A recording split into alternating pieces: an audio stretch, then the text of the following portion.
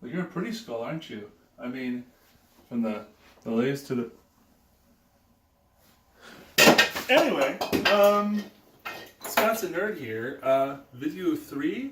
By the way, that was Bob. We'll talk about Bob later. Or not. Let's not talk about Bob. Anyway, what we're going to be doing today is what I found in, and I've called the boat problem. The boat problem, it's kind of a continuation of what we did last time, where we, there's a little bit of average velocity talk in there. But the biggest thing is I want to talk about vectors. Now, before we start, let's define a vector. A vector is something that has a size, or what we call a magnitude, and it has a direction. Now, that can be a speed. We could say 22 miles per hour. That's a number, right? That's a magnitude. And we could have a direction to that. We could say like north or south. Or, like what we normally do, we'll say plus or minus. So if I said this was going 10 miles per hour in a positive direction, that's still a vector because we added a direction on it. Okay, now, why is this important? Well, I'm going to show you. By the end of this problem, you're going to see, oh yeah, that's why we do vectors. That makes sense. But we're going to do it. All right, so problem number 5. Now, if you notice, I'm pulling out my problems at the beginning here. All from the same chapter. Please don't sue me. So engage. I just want to walk people through it. So what does it say? It says 2 boats start together and race across a 60-kilometer wide lake and back. Boat A goes across 60 kilometers per hour and returns at 60 kilometers per hour. Well, I'm going to halt and I'm going to start drawing, right? Always want to start drawing. Now, this one, it has a physical object, so I'm going to intentionally draw the lake. And I'm going to say, hey, from here to there, and see, I'm going to give it a direction, right? Because we went there and back. That's 60 kilometers. And then we went back 60 kilometers. Maybe I don't need to do that in this problem, but it's safe. It's better to just write it up there anyway. I'll circle these so I know that these are important pieces of information. All right, cool. And by the way, this is a lake. A little bit of that, a little bit of that, a little of that. There's a little duck over here. Quack. Anyway, that's not a drowning person. That's a duck. All right. Anyway, well, it says boat A. So we have 2 boats in this situation. I'm going to draw this below this because I cluttered that too much. Boat A goes from here to here at 60 kilometers per hour. So 60. So I'll put a big B for boat. Little a for what boat it is. Okay, you'll see this often in physics, right? We'll put a little subtext in there, letting us know which thing we're talking about. Boat A went 60 kilometers per hour in the first neck, and then went a negative 60 kilometers per hour. Now, I know what you're thinking. Why are you saying he went negative 60 kilometers per hour? Isn't he just going the same exact speed he did before?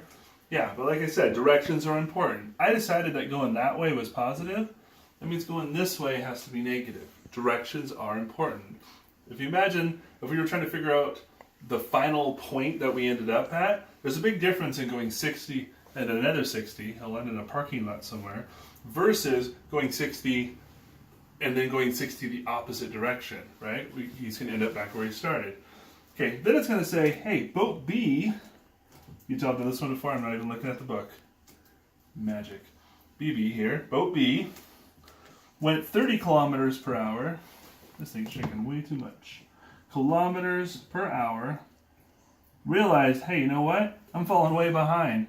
And when he turned around at this point over here, decided to go back at 90 kilometers per hour. All right, here's our question.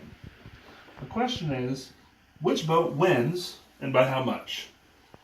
Okay, so the first thing I thought about when I did this is said, okay, how much?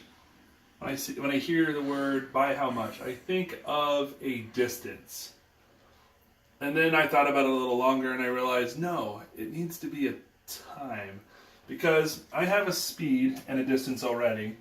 And based on what I have, and I need to know who finished where I know I need a time to figure out where they are. So, boat A went 60 kilometers per hour, and he went 60 kilometers. So, well, what do we do here? We take our base equation.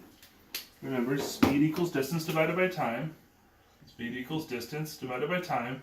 And in this case, we're not using speed. I'll replace it. I'll say velocity, because that's the vector, right? We have a direction, equals distance over time. Well, we were solving for time, so let's rearrange this, and we'll end up with time equals distance over velocity. Well, guess what? We got that, right? Each person had a speed.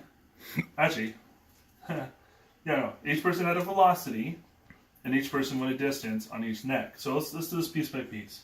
He went 60 kilometers per hour, boat A, and he went for 60 kilometers. Well, that seems pretty obvious to me that boat A, I'm going to make a little box over here so we have our answers. Boat A went for 1 hour to do that, right? And the way I got that, like I said, is I took 60 divided by 60, right? Distance times 60 divided by 60. Second part, he then went 60 kilometers. Now, of course, this is negative, and negative 60 kilometers per hour.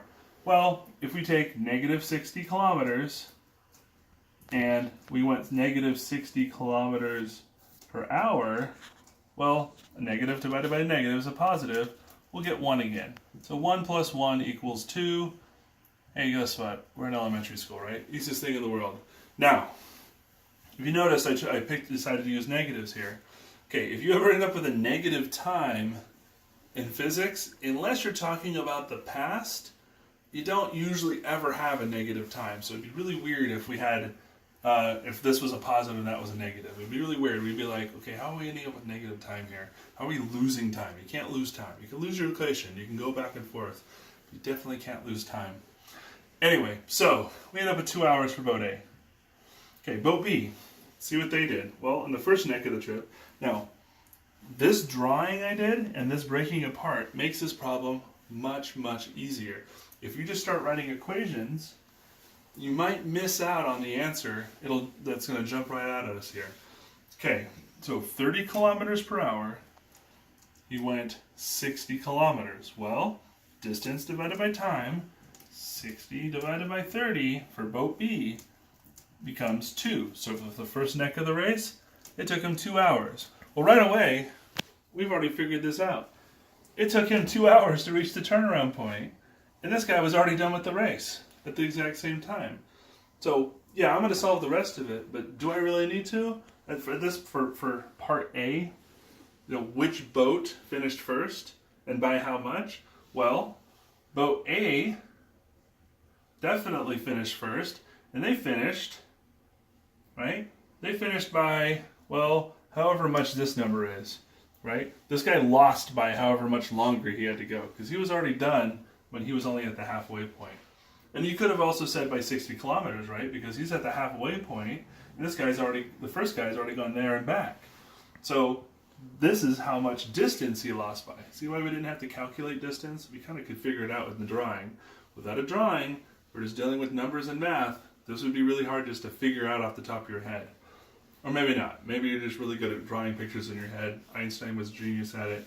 But it's so much better to draw things out and write them out. Anyway, so how long was this last leg? Well, he came back at 90 kilometers per hour and went 60 kilometers. So 60 divided by 90 is it being 0.6 hours. So we know it took him about 2.6 hours to finish the race. Now, like I said, how much did he lose by? You could technically say he lost by 60 kilometers, but if we wanted to use a time, we'd also say he lost by 0.6 hours. He finished 0.6 hours late. A lot of races, you have to do with how long it took to finish the race, not necessarily how far back you were. So that's why I think that's a better number. Okay, part B. Part B is the thing I wanted us to talk about, the vector analysis here, the vector itself. So I'm going to erase these parts right here. Okay, and part B only has to do with the winner. Okay, our loser, guy who didn't finish the boat race, he went home. He's not part of the problem anymore. He's not, we don't care, right? All right, so what does it say? What is the average velocity of the winning boat? Boom, there's that trigger word, average velocity. Remember, average meant total distance divided by total time. Well, here's the problem. What was our velocities for our winning boat? 60 kilometers per hour. And then we also did a negative 60 kilometers per hour. Okay, turns out because we went that way, which was positive, and then we went that way, that's negative, that our average velocity ends up being 0. Our average speed is 0 because we care about directions. Now, if I say average speed, I would add up, okay, 60 plus 60 divided by 2, and we would get, well, we get 60 again, right? We get the same thing we started with. But average velocity, what makes it different is we care about direction. So keep that in mind. If we ever say average speed, it doesn't matter if I went really fast this way, and then went really fast back, and then went really fast this way, and really fast back. We would just add up all the speeds. We don't care about where we went. Average velocity, if I went this way, and then I went back, I'm subtracting that. If I went another direction, and then back, I'd subtract things in this direction. Remember, you don't usually subtract things in your x-plane from your y-plane, so that has to do with vectors, and we'll talk more about that later. But average velocity, 0, because this is positive. Like I said, if we drew these as arrows, like we do in physics often, that arrow would be that way, and that arrow would be that way, and they'd be equal. They'd have a magnitude of 6. Okay, anyway, we had to pause for a second. Our cameraman almost died. I think a fly threw in his way or something, but he's okay. We resuscitated him. Yeah. It's true. Yeah. Didn't need the paddles this time. Anyway. So yeah, you get it. Vectors, add and subtract based on direction. And before we decide to finish this up, before we say, hey, we're done, you made this video way too long, Scott, let's make this easier. Okay, this is a refresher. If we have a vector in this direction, and we have a vector in this direction, so let's say I went 20 meters per second that way, and I went 50 meters per second that way, well, there is a way to figure out where we went, or how fast we were going. So we're going this fast north, and we're going to say, hey, what was our average, or our total velocity? Not total, our average velocity we went the whole time. Well, what we'd use, oddly enough, is we would use Pythagorean's theorem. Now you notice the direction's this way, but to figure out these two combined, our y value and our x value. So let's say we went east for 50 meters per second, and then we went north for 20 meters per second. So if this was written as a problem, you wouldn't see this drawing. It would say, oh, I went 50 meters per second for blah, blah, blah, blah, blah, blah, blah, blah time. And then I went 20 meters per second north. Remember, this is east. For blah, blah, blah, blah time. Well, if you saw that, and then it would say, hey, what was your average velocity? Well, your first thought is, hey, these are in different directions. This one's this way. This one's this way. Guess what? I got to do vector addition. I got to add a left and right to an up and down. And the only way you can do that is to put them, put them like this, or some people say head to tail. So we could technically put it like that, right? Same thing I just did. And then what we would do is you'd figure out what the distance is between here and here, and that's actually the total. And of course, the only way we know how to do that, or that we can do that, is if we take this side and square it, add it to this side squared, and take the square root of it. Pythagorean theorem, right? Because it doesn't give us this direction. It gives us how the magnitude of this vector would give us a new number. Okay? To get the direction, we have to use a little bit of trig, right? We have to figure out this angle. Since we have both these numbers and we want to know what the angle is, which is the same angle as here, just flipped because of our vector addition. Okay, to figure out this angle right here, we have to then take the tan inverse of this divided by that.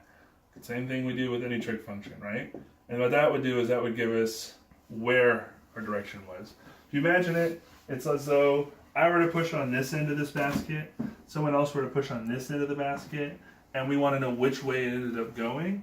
It's my direction plus your direction, and how strongly we pushed in those directions is going to give us a new direction with a new speed. Like I said, this is more advanced. This is something we'll talk about later. Most importantly, keep in mind that vectors can be positive and negative. All right, well, that's physics. Scott the Nerd is out.